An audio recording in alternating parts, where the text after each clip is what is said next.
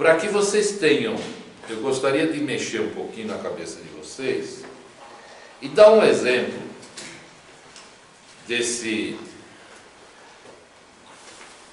do termo sofisma, para vocês entenderem um pouquinho mais, porque muitas coisas que o ser humano persegue são sofismas. Quer dizer, fica sempre como um cachorro correndo atrás do rabo, uma coisa levando a outra, nunca vai sair daquele círculo. E eu quero falar sobre isso porque a gente vai falar da serpente emplumada. Então, um filósofo chamado Gorgias, que viveu de 483 a 375 antes de Cristo, ele demonstrou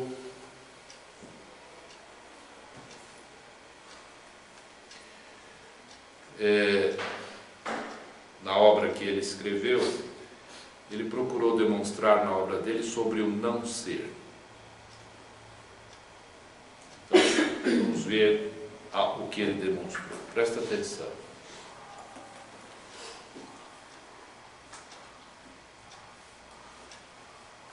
Ele disse assim: nada existe. Se existisse algo, não poderíamos conhecer. Se pudéssemos conhecer, não poderíamos comunicá-lo a outrem. Ele quer dizer que o nada existe. Ok? Muito bem. Aí ele continua dizendo assim: se algo existe, ou é ser, ou não ser, ou os dois juntos. Que o ser não existe é evidente.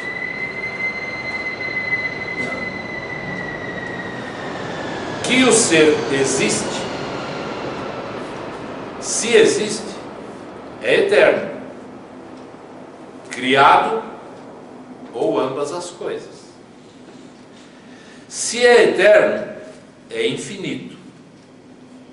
E se é infinito, não está em nenhum lugar.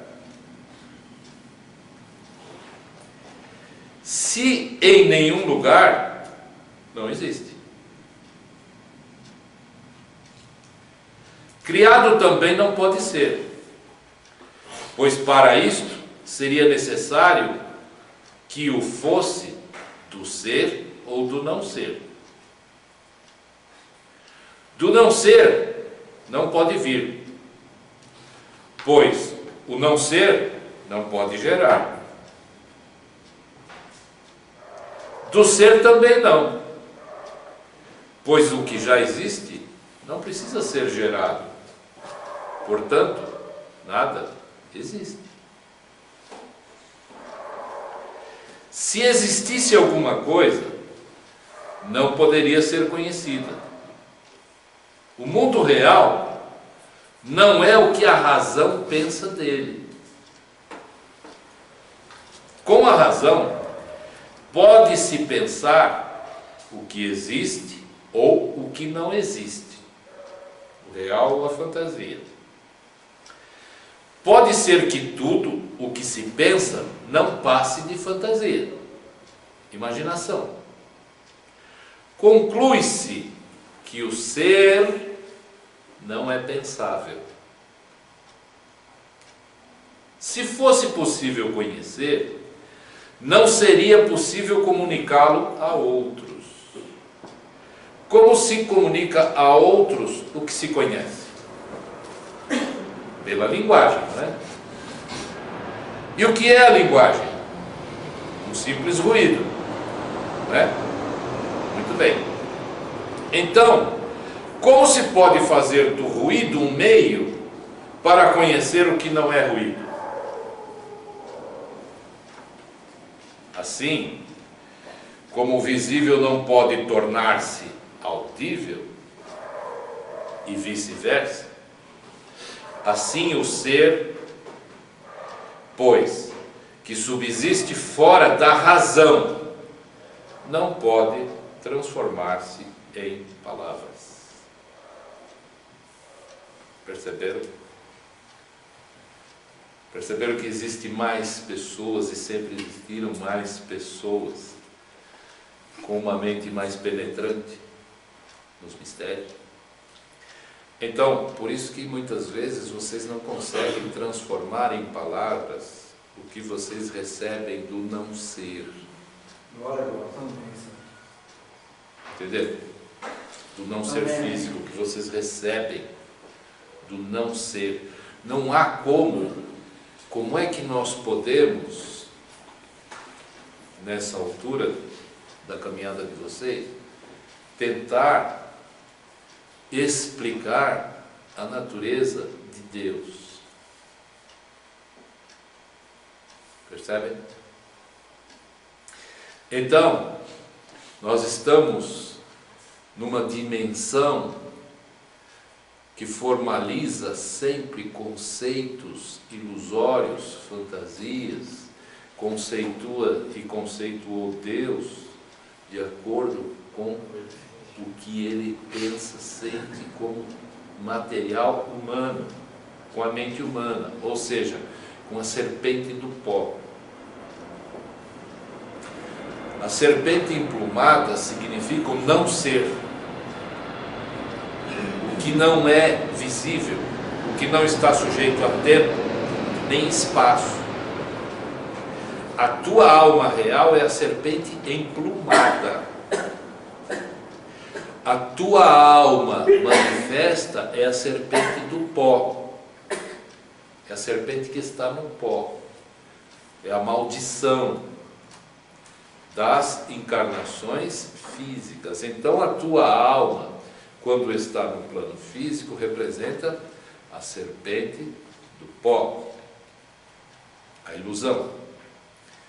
Isso é a briga das serpentes. Esse texto que eu dei, depois vocês repassem outras vezes, porque está gravado, ou se quiserem depois eu até escrevo, eu repasso ele por escrito. Mas eu queria agora pegar com vocês exatamente o trecho em que vai se ligar a isso aí, nos textos bíblicos, Isaías 14. Página 626, na Thompson. Isaías 14.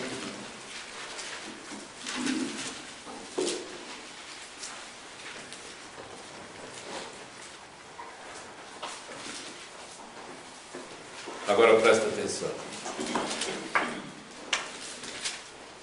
Vamos mostrar a força que existe manifesto na Terra e como ela rege. Por que quando você enche seu tanque de água, uma pia, ou algum lugar onde a água vai escoar, que você tira o tampão, a água vai escorrer, por que a água sempre vira da esquerda para a direita? Qual é a força que rege isso? Por que ela não vira ao contrário? Né? Quando você dá uma descarga, por que a descarga sempre funciona virando nesse sentido? Então nós temos, sempre eu procurei falar para vocês prestarem atenção na força centrífuga e na centrípeta. Você liga seu liquidificador, sua batedeira, ele vai funcionar desse jeito, centrifugando, né? Ele vai girar sempre nesse sentido. Então a força centrífuga e centrípeta estão na matéria para demonstrar a ilusão. A ilusão que nós estamos vivendo, mas atuante por uma energia, por uma força. E quando vocês começarem a pesquisar mais, nesse último livro, quando eu dei o cupinzeiro, nós estamos ligando as coisas agora, e vocês estão vendo o seguinte: um cupinzeiro é como um cérebro. E os indivíduos dali saíram de uma rainha. cupim-mãe. Essa rainha gerou toda aquela comunidade. E aquela comunidade toda trabalha para que aquela rainha sobreviva, alimentam, cuidam constantemente para que ela fique colocando ovos e aumentando o número de indivíduos naquela sociedade. Assim é teocrístico. No teu cupinzeiro, esse número de indivíduos todos representam tuas encarnações, tuas almas, oriundos de um mesmo local.